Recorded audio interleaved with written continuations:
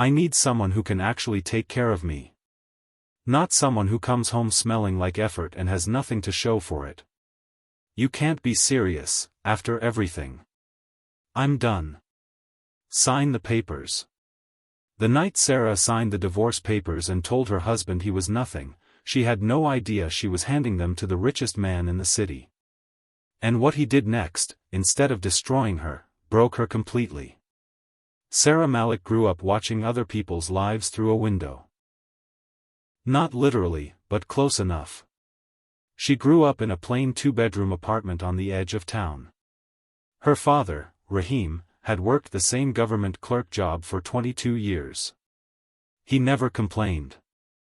He never asked for more. He came home, ate dinner, watched the news, and went to sleep. Sarah watched him do that her whole childhood and made one silent promise to herself, that will never be my life. By the time she hit college, she had a plan. She was going to marry money. Not love, not kindness, money. She watched her friends' social media stories, luxury resorts, designer bags, rooftop dinners. And she felt something burn in her chest every single time. She wanted that. She deserved that. But life didn't ask her what she wanted. When Sarah was 24, her father found her a match. His name was Adam. Adam Hassan. He drove a beat-up 2009 sedan with a cracked bumper. He wore plain shirts. He lived in a small rental house in the older part of the city, the part tourists never saw. His handshake was firm, his eyes were steady, and he smiled like he meant it. Sarah looked at him across the dinner table and felt her stomach drop. This is it. This is what I get. She said yes anyway, for her father, for the family, because what choice did she have? The first few months of marriage were quiet. Adam was not exciting. He was not flashy. He did not bring home surprises wrapped in luxury packaging. But he remembered everything. He knew she hated when music played during dinner. He knew she liked her coffee with exactly 1 sugar. He noticed when she was tired before she said a word. On rough days, he brought her gas station flowers, the cheap kind in plastic wrap. And somehow that made her feel worse, not better. This is not enough, she thought. This will never be enough. Her college friend Layla called one evening from abroad. Pool cocktails. A husband who had booked the whole resort for their anniversary. Sarah stared at her kitchen ceiling and felt the walls closing in. One morning, Adam was sitting at the table eating cereal when she slammed her mug down. My friend Layla's husband just bought her a Range Rover, she said. You can't even take me to a decent restaurant. Adam looked up slowly. His voice was calm. We have a roof. We have food. We have each other. That's not a life, she snapped. That's just existing. Sarah, don't. She held up her hand. Don't give me that patient speech again. 3 years, Adam. 3 years and nothing has changed. That car outside still sounds like it's dying. I'm embarrassed to tell people what you do. He was quiet for a moment, then, things will get better. I promise. She laughed, not warmly. I'm so tired of that promise. She walked out of the room. That same week, she ran into Damon. Damon Ray. They had gone to the same college.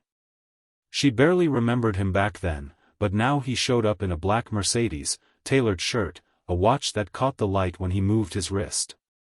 He took her to coffee. He listened. He leaned across the table and said, Sarah, a woman like you should not be living like this. You deserve a real life, and I can give it to you. She didn't say anything, but she heard it. All of it. That sentence planted itself in her chest and grew fast. Within 2 weeks, she had made her decision. The night she left, Adam came home to find the apartment half empty and her suitcase by the door. He stopped walking. Sarah, what is this? She turned around. She was holding an envelope. She put it on the table between them without flinching. Divorce papers. I already signed. He stared at the envelope. Didn't move. Divorce? Yes. Her voice was flat. I'm done. I can't do this anymore. I need someone who can actually take care of me, not someone who comes home smelling like effort and has nothing to show for it. Adam's jaw tightened. For the first time, something moved behind his eyes. Do you really believe money is everything? I believe it's most things. She met his gaze without blinking. I believe it's respect. I believe it's freedom. I believe you can buy almost everything that matters with it. And I'm done pretending otherwise. The room went silent. Adam picked up the pen slowly. His hand was steady. He signed the papers and set the pen down without a word. Sarah grabbed her suitcase and walked out. Damon's car was waiting at the curb.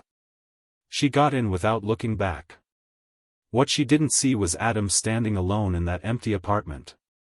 What she didn't hear was what he said next. He pulled out his phone, dialed, spoke 3 quiet sentences. Nolan, it's done. Call the board. I'm coming back. 6 minutes later, 5 black SUVs pulled up outside the rental house. A man in a suit stepped out and opened the rear door. He lowered his head slightly. Welcome back, Mr. Hassan. Ashford Group is ready when you are. Adam breathed in slowly. Then he walked out. Because here is what Sarah did not know. Adam Hassan was not a struggling nobody from the city. He was the sole heir of the Ashford Group, one of the largest privately held real estate and investment firms in the country. His grandfather had built it. His father had expanded it. And 3 years ago, when Adam turned 25, the inheritance clause activated. But there was a condition. His grandfather's will required him to live as an ordinary man for exactly 3 years before taking control. No wealth displayed, no staff, no company cars, just life, raw, unfiltered, stripped of everything. The old man's logic was simple: a leader who has never been hungry cannot be trusted with the hungry. Adam had followed every rule. He had taken a basic job, rented a normal house, driven a normal car, lived a normal life. And somewhere in the middle of all that, he had fallen in love with Sarah. That was the one thing he had not planned for. He had believed she saw something real in him. Not his name, not his money, just him. He was wrong. The business press went into overdrive when Adam Hassan resurfaced. Headlines called him a ghost, a myth, a billionaire who had appeared from nowhere. No one knew where he had been. No one knew he had been right there, in a cracked bumper sedan, eating cereal every morning. Meanwhile, Sarah's new life looked exactly like she had imagined. Damon took her to rooftop bars, private events, charity dinners. She wore clothes she had only ever seen on screens. She sat at tables next to people who never had to check their bank balances.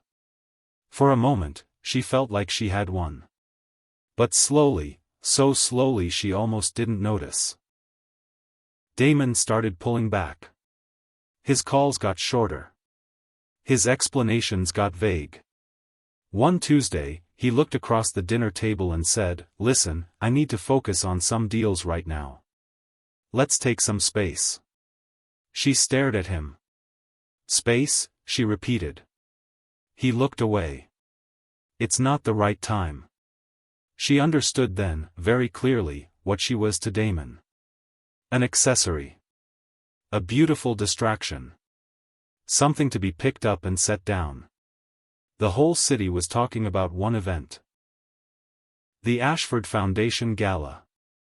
The mysterious Mr. H, no one knew his first name yet, was throwing the most exclusive party the city had seen in years.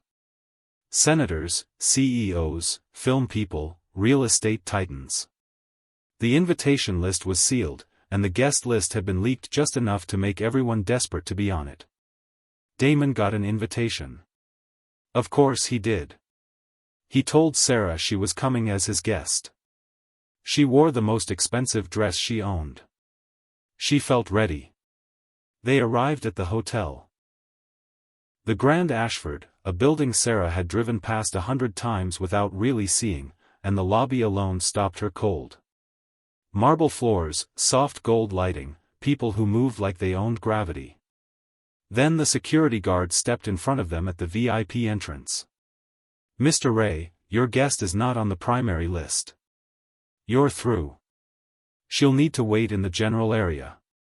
Damon didn't even look at her. He handed over his card and walked inside. Sarah stood there. The guard was polite. The embarrassment was not. She got inside eventually through a side process. She stood near the back of the main hall, nursing a sparkling water, watching Damon work the room without her. Then the lights dimmed. A voice over the sound system: "Ladies and gentlemen, please welcome the founder of the Ashford Group and chairman of the Ashford Foundation, Mr. Adam Hassan." The curtain dropped. The champagne glass in Sarah's hand nearly fell. She caught it, barely. Because the man walking onto that stage in a dark navy suit, chin up, shoulders back, was Adam. Her Adam. The man she had called a failure. The man she had handed papers to like he was a lease agreement she was done with. He stood at the podium and the whole room leaned in. "I want to talk tonight about something we don't talk about enough," he said. "We judge people constantly, by their clothes, their address, their car, their job title. And we are almost always wrong." His eyes moved across the room and stopped, just for a second, on her face. "I spent 3 years being judged that way. I learned what it feels like to be invisible, to be dismissed, to be told without words that you are worth less than the space you take up." The room was completely still. Sarah couldn't breathe. Damon materialized beside her, his face white. "Do you know him?" he whispered. She didn't answer. After the speech, Damon disappeared immediately. She found out later he had slipped out a side exit. He was terrified. He knew exactly how their relationship would look to Adam Hassan, and he wanted no part of what came next. Sarah stood there alone in a room full of the most powerful people in the city and had never felt smaller in her life. She pushed through the crowd toward Adam. His security stepped in. She grabbed one of their arms. "I'm his ex-wife." There was a pause. Then Adam's voice came from behind them, calm and quiet. "Let her through." He stood a few feet away. Up close, he looked exactly the same and completely different. Same eyes, same stillness, but something in the way he held the room around him had changed permanently. "Why are you here, Sarah?" No anger, no drama. "I wanted to." She stopped. What did she want? To explain? To ask for forgiveness? To go back? She didn't even know anymore. "I wanted to say I'm sorry." For what exactly? For not seeing you. Adam tilted his head slightly. "You saw me clearly. That was the problem. You saw someone without status, without money, without a brand name attached, and you made your decision. That was honest. I'd rather have that honesty than a lie. I was wrong." "You were consistent," he said. "You always told me exactly what you valued. I just didn't want to believe it." She blinked hard. "If you had told me who you were, then what? You would have stayed?" He looked at her steadily. "Would that have been love, Sarah? Or would that have been a different kind of transaction?" She had no answer. He reached into his jacket and pulled out an envelope. "Your parents' mortgage. 12 years of debt. I cleared it this morning. The title transfers to them this week." She stared at the envelope. "That's the last thing I owe as a husband," he said. "Everything after this, we have nothing between us." He walked away. His security closed the space behind him. Sarah stood holding the envelope and didn't open it for a long time. She found out later from her mother, not from Adam, that he had also set up a small education fund for her younger brother. No announcement, no conditions, no name attached to it. Just done. That was the thing that cracked her open. Not the power, not the money, not the gala or the suit or the headlines, the silence with which he gave. 3 weeks passed. Damon stopped calling entirely. She heard through someone else that he had quietly tried to pitch himself to the Ashford Group as a business contact and had been declined without comment. Sarah was sitting in her apartment, the expensive one she was now paying for on a loan, when her phone buzzed with a news alert. Ashford Group announces acquisition of 3 major city developments. CEO Adam Hassan partners with Ashford Foundation Director Nina Park on new low-income housing initiative. There was a photo. Adam and a woman named Nina standing at a press conference. Nina looked calm, focused, sharp. She was looking at the camera like someone who didn't need to perform. Sarah stared at the photo for a long time. She wasn't done, though. That was the worst part about what came next. Sarah's grief curdled into something uglier. She called Damon, not because she wanted him back, but because she was scared and angry and needed someone to blame something on. "He humiliated me," she said. In front of everyone. Damon, calculating as always, heard opportunity in her voice. "Then let's return the favor," he said. "You were his wife. You know things." A few strategic leaks to the right media people and Adam Hassan's perfect image gets complicated very fast. Sarah hesitated only for a second. "What would we say? That he concealed his identity from you during your marriage. That it was deceptive. That this woman, Nina, is more than a business partner. Let the press fill in the rest." She agreed. She told herself it was justice. The story broke on a Wednesday. Hidden identity, hidden motives. Who is the real Adam Hassan? 2 gossip-adjacent media outlets ran versions of the same story. Unnamed sources, strategic photos, insinuations about Nina.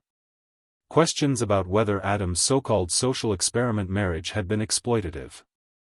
Ashford Group stock dipped slightly. Comment sections ignited. Sarah read it all from her couch and felt nothing that she expected to feel. Not relief. Not power. Just a low, sick feeling she couldn't name. Adam said nothing publicly for 4 days. On the 5th day, he called a press conference. Sarah and Damon both showed up separately. She stood near the back. Damon was closer to the front, and for reasons she would understand soon, he looked deeply uncomfortable. Adam walked in without any visible preparation. No notes, no team surrounding him.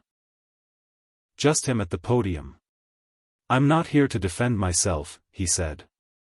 "I'm here to show you something." The screen behind him lit up.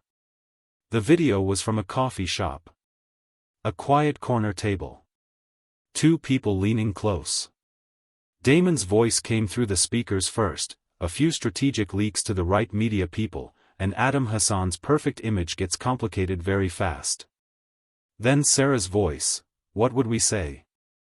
Then Damon again, clearly and without ambiguity. Laying out every detail of the plan. The room froze. Damon stood up, started moving toward an exit. 2 officers stepped in. Sarah didn't move. She couldn't. Her legs simply stopped working. She heard the charges being read: defamation, criminal conspiracy, coordinated harassment. And she listened to her own voice played back to her on a speaker in a room full of press and cameras. And she understood in that exact moment that every decision she had made over the past 2 years had been a step in one continuous direction. And now she had arrived at where that direction led. She was processed, charged, and released pending trial within 48 hours. The charges were serious.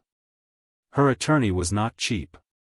Damon immediately moved to separate his legal exposure from hers, and whatever warmth he had ever performed toward her dissolved completely. Sarah sat in her apartment, the one she could no longer afford, and looked at her phone.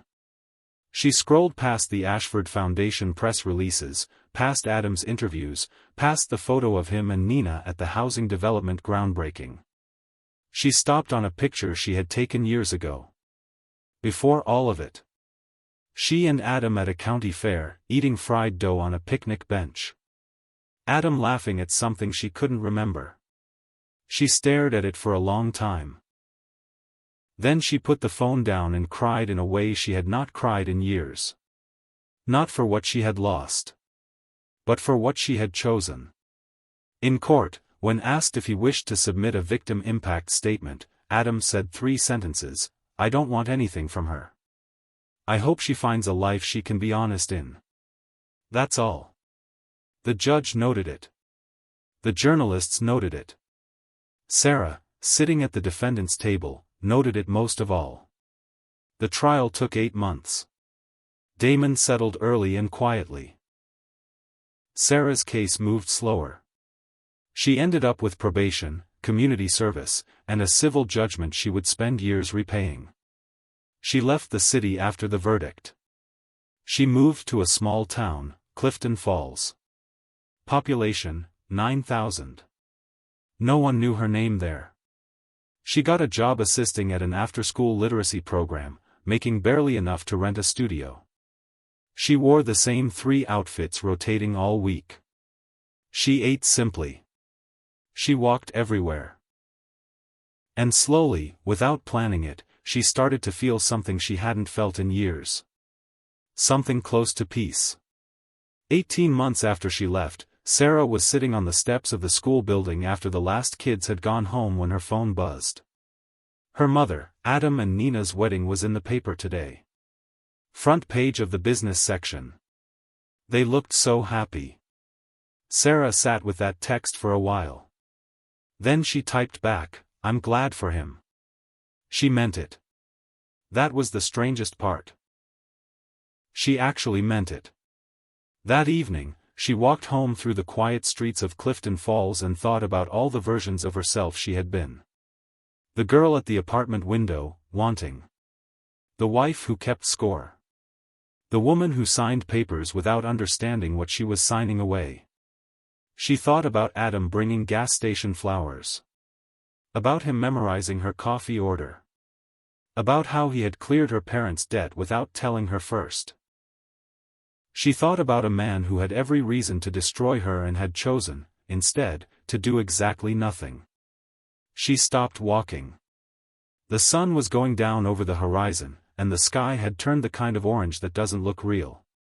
She said it quietly, to no one, should have counted what mattered. The wind moved through the trees. No one answered. But for the first time in a very long time, the silence didn't scare her. Some losses teach you nothing. Some losses hollow you out and leave you cleaner than before. The difference is whether you're willing to look at what you chose, without flinching, and tell the truth about it. Sarah took years to get there. Adam had been ready from the beginning. That was the real story all along. Not the money, not the twist, not the gala or the headlines or the handcuffs. Just 2 people who stood in the same kitchen every morning. One of them counting what was missing.